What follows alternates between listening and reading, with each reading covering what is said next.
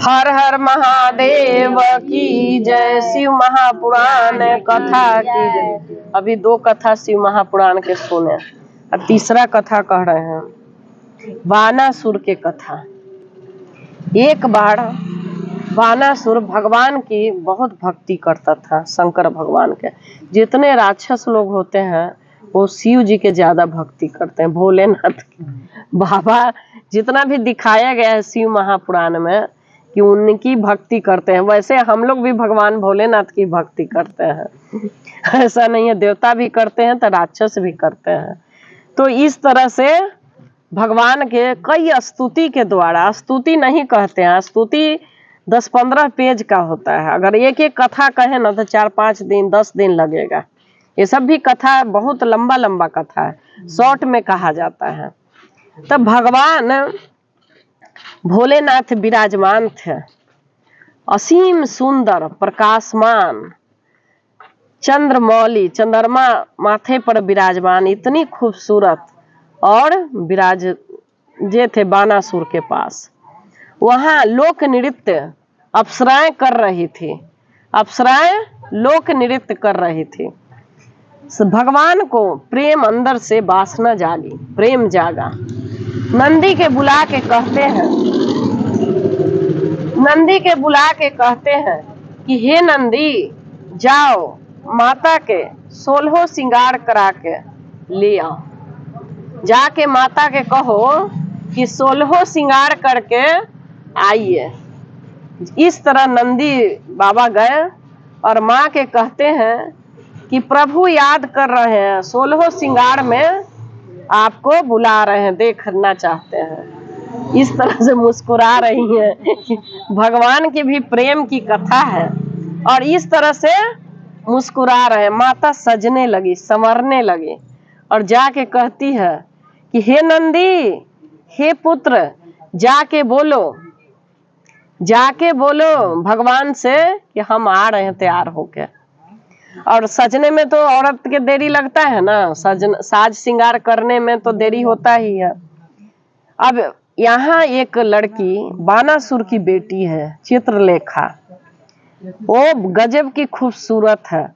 बोली कि क्यों ना शंकर भगवान के पास मैं रमन करने के लिए जाऊं, पार्वती का रूप धर के मैं ही क्यों न रमन करने के लिए जाऊं। इतना सुंदर भगवान भोलेनाथ है। माँ जो चित्रलेखा के मन में ऐसा भाव आया, बानासुर की बेटी थी तो चित्रलेखा सारा रूप बदल दी। सारी उसकी सहेलियां थी, सब पार्वती की जया विजया सहेली बन के सारा रूप ही बदल दिया और सब बन के शंकर जी के पास जाने के लिए तैयार हो गए। अब पार्वती माँ देखती है, कोई भी किसी के पति के पास जाने के लिए तैयार होइएगा तो दूसरा औरत गुस्सा नहीं करेगा, करेगी ना। अब माता के क्रोध आ गया कि मेरे को जाना है और ये पहले ही जाने के लिए तैयारी करके मेरा ही रूप ले लिया। माता को गुस्सा आने लगा, कहती हैं कि हे चित्रलेखा, तुमने मेरा रूप धरा है, इसलिए तुम्हारे साथ पहले ही एक पुरुष मतलब संबंध स्थापित करेगा, इसमें संबंध स्थापित करेगा और वही तुम्हारा पति होगा, वही तुम्हारा पति होगा। क्योंकि तुमने ऐसा चाहा तो श्राप मिल गया माता का। और फिर माँ अपने पति के साथ रमन किया, कई साल समागम साथ रहे पति पत्नी लोग। चित्रलेखा के श्राप मिल गया। इसी तरह से अब कहते हैं चित्रलेखा सो रही थी तो रात में कृष्ण जी के पौत्र यादव वंशी पौत्र आके उनके साथ रमन करता है, उनके साथ संपर्क स्थापित करता है। सुबह रोती हुई चित्रलेखा उठती है, बानासुर की बेटी, कहती है कि मेरे साथ एक पुरुष ने ऐसा किया और मैं अब ये शरीर लेके क्या करूंगी। अब मैं ये शरीर त्याग करूंगी कि जब मेरा इज्जत ही चला गया तो मैं जी कर क्या करूंगी। उसकी सहेली उषा होती है, मंत्री की बेटी, कहती है कि हे राजकुमारी, कौन था, मेरे को उसकी रूप की बताइए। तो बोले कि अब रूप कैसे बताएं। तो उसने थाली ले आई, उसको माया आता था, उसने दिखाया, कृष्ण जी का पोता को दिखाया। तो वो बोले कि यही था जो मेरे साथ रात के संपर्क किया है। तो चित्रलेखा वो इस तरह से बोली। उषा बोलती है कि अभी मैं लाती हूँ, वो यदुवंशी को मैं पकड़ कर अभी ले आती हूँ, किस तरह तुम्हारे साथ जो संपर्क किया है। चले गए कृष्ण भगवान के महल में। राक्षस ये लोग थे, राक्षस तो माया जानता है। राक्षस जाके उसको लेके हरण कर लेता है कृष्ण जी के पोता के, और ले आके चित्रलेखा के पास कहती है कि ये आपकी, आप लोग रमन करिए और यहीं पे आपकी शादी हो जाएगी। इसी तरह बानासुर जान गया। मंत्री कुटन पेशा करता है ना, सब जगह कुटनी होता है, जैसे हम लोग में भी कई लोग कुटन पेशा करता है, होता है ना, इधर का बात उधर, उधर के बात उधर, मंथरा कहते हैं जिसको, आदत ही अलचार है। उसने ऐसा ही किया। किसी मंत्री ने जाके बोला कि यदुवंशी से एक राजकुमार आया है जो आपकी बेटी के साथ रह रहा है। बानासुर उठा और युद्ध करने लगा लड़का के साथ, उसके पोता के साथ। ये भी बहुत बलशाली था, बहुत दिन तक युद्ध चलते रहा। फिर उन्होंने नाग से पास बांध दिया, नाग से पास बांध दिया, और जब बांध दिया तो धीरे धीरे उसका खून पीने लगा। नाग खून पीने लगा। तो ये जो कृष्ण जी का पोता था, ये बहुत माता के भगत था। माता को कहता है, पार्वती माता को याद करता है और कहता है कि हे माँ, मेरा धीरे धीरे प्राण जा रहा है, मेरा धीरे धीरे प्राण निकल रही है, और मैं क्या करूं, मुझे बचाइए। और माता के यहाँ स्तुति करता है कि मुझे बचाइए, नहीं तो अनर्थ हो जाएगा। उसी समय माता पार्वती आती हैं, उसी समय माता पार्वती आती हैं और उसकी नाग का पास छुड़ा देते हैं, नाग का पास छुड़ा देते हैं, ये आजाद हो जाता है। उधर कृष्ण भगवान को पता चलता है, कृष्ण भगवान को पता चलता है। अब बानासुर कहता है कि मेरे 1000 भुजा है, मेरे 1000 हाथ है, हे भोलेनाथ, मुझे 1000 आपने हाथ दे दिया, लेकिन कोई युद्ध करने वाला नहीं है, मेरे से इस पृथ्वी पे कोई युद्ध करने वाला नहीं है कि मैं किसी से लड़ सकूं। भगवान के शिवलिंग के जल चढ़ा रहा है, प्रार्थना कर रहा है कि हे भगवान, मुझे ऐसा शक्ति क्यों दिया, 1000 हाथ क्यों दिया कि मेरे को लड़ाई करने के लिए कोई नहीं। इस तरह से शंकर भगवान से मांग रहा है कि मुझे लड़ने के लिए भी तो कोई दो, जो जिससे मैं लड़ूं। मैं तो सबको हरा देता हूँ, पृथ्वी मेरे कब्जे में, स्वर्ग मेरे कब्जे में, इंद्र का सिंहासन मेरे कब्जे में, सारा दुनिया मेरे कब्जे में, तो मैं कैसे रहूं। मेरे को लड़ने के लिए कोई ऐसा शक्तिशाली आदमी भेजिए जो मेरे से युद्ध कर सके, मैं उसका बराबरी करना चाहता कि कोई मेरे से युद्ध करे। भगवान भोलेनाथ कहते हैं कि जल्द ही ये तेरा मनोकामना पूर्ण होगी, मैं तुरंत भेजूंगा और तुम्हारी युद्ध उसी के साथ होगा। और इधर भगवान भोलेनाथ वरदान दे दिए, तो इनके सामने कौन आएगा। उस समय यदुवंशी का राजा कृष्ण भगवान थे। तो इधर कृष्ण भगवान को आदेश आता है कि आप ही के पोता का अपहरण हो चुका है और बानासुर के कब्जे में है, बानासुर के कब्जे में है, आपका पोता का अपहरण हो चुका है।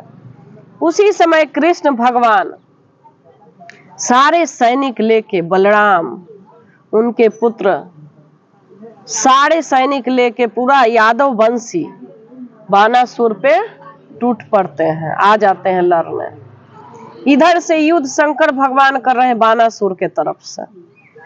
शंकर भगवान और कृष्ण भगवान के में लड़ाई छिड़ जाती है, क्योंकि एक तरफ भोलेनाथ बानासुर है राक्षस, और एक तरफ यदुवंशी है। जितना यदुवंशी है संसार में सारे इकट्ठे हो रखे हैं उस समय लड़ाई में। उस समय एक जगह यदुवंशी है, लेकिन पलड़ा कैसे भारी पड़ेगा, क्योंकि महादेव है एक तरफ, तो पलड़ा भारी हो जाएगा। सब यदुवंशी उस समय कहते हैं कि मारे गए। जब कृष्ण भगवान जाते हैं भगवान भोलेनाथ के पास, बोलते हैं कि हे प्रभु, हे दया के निधान, हे कृपा निधान, हे अंतर्यामी, आप ही युद्ध कर रहे हैं, तो फिर आपने आह्वान मेरा क्यों किए थे? गजासुर के कौन हाथ काटेगा? कौन कौन बानासुर से लड़ेगा? कौन बानासुर का हाथ काटेगा? इस तरह से कृष्ण भगवान उनको कहने लगते हैं। कृष्ण भगवान कई स्तुति से भगवान भोलेनाथ को प्रसन्न करते हैं। भगवान भोलेनाथ कहते हैं कि हाँ, मैंने तो बानासुर को वचन दिया है, युद्ध तो होगा, तो मैं हट जाता हूँ, साइड हो गया, ये मैं युद्ध नहीं करूंगा। तो बानासुर और कृष्ण भगवान की लड़ाई होने लगी।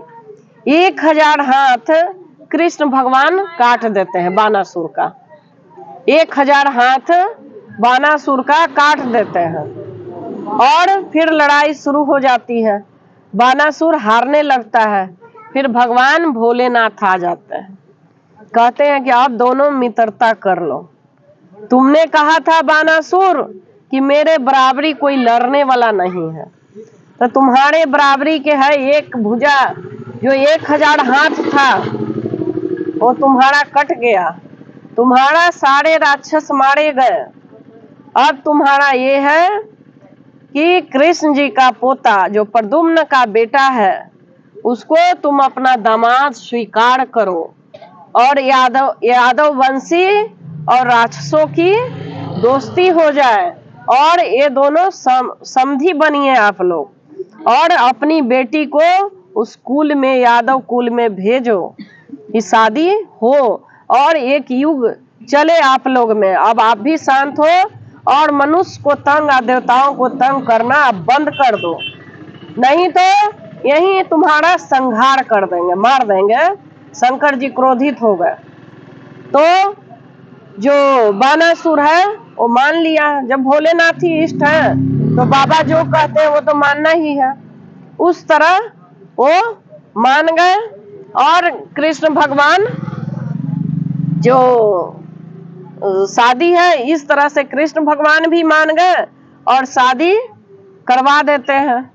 जो अपनी चित्रलेखा बेटी है, बानासुर की बेटी चित्रलेखा, उसकी शादी कृष्ण भगवान के बेटा प्रद्युम्न का बेटा, उसके साथ अपनी बेटी की शादी करा देते हैं। तो किस तरह उसने छला, चित्रलेखा पार्वती जी के रूप धड़ी, इसीलिए उन्होंने श्राप दिया कि कुमारी अवस्था में ही तुम्हारा समागम किसी लड़के के साथ होगा, लेकिन तुमने धर्म किया है इसलिए वो ही तुम्हारा पति बनेगा।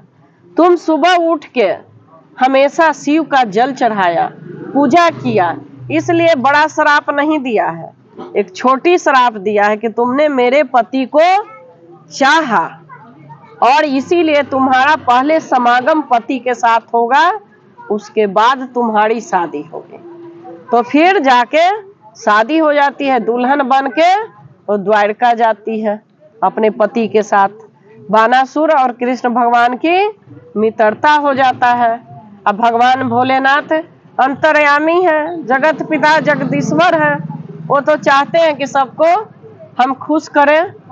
आज तिरोस्ती दिन है, और इस तरह से भगवान शिव महापुराण का 3 कथा आप लोग सुने। अति प्रिय कथा है। भगवान भोलेनाथ सबकी मनोकामना पूर्ण करे, दुख सुख दूर करे, भोलेनाथ कृपा करे। हर हर महादेव की जय, जय भोलेनाथ की जय, हर हर महादेव की जय।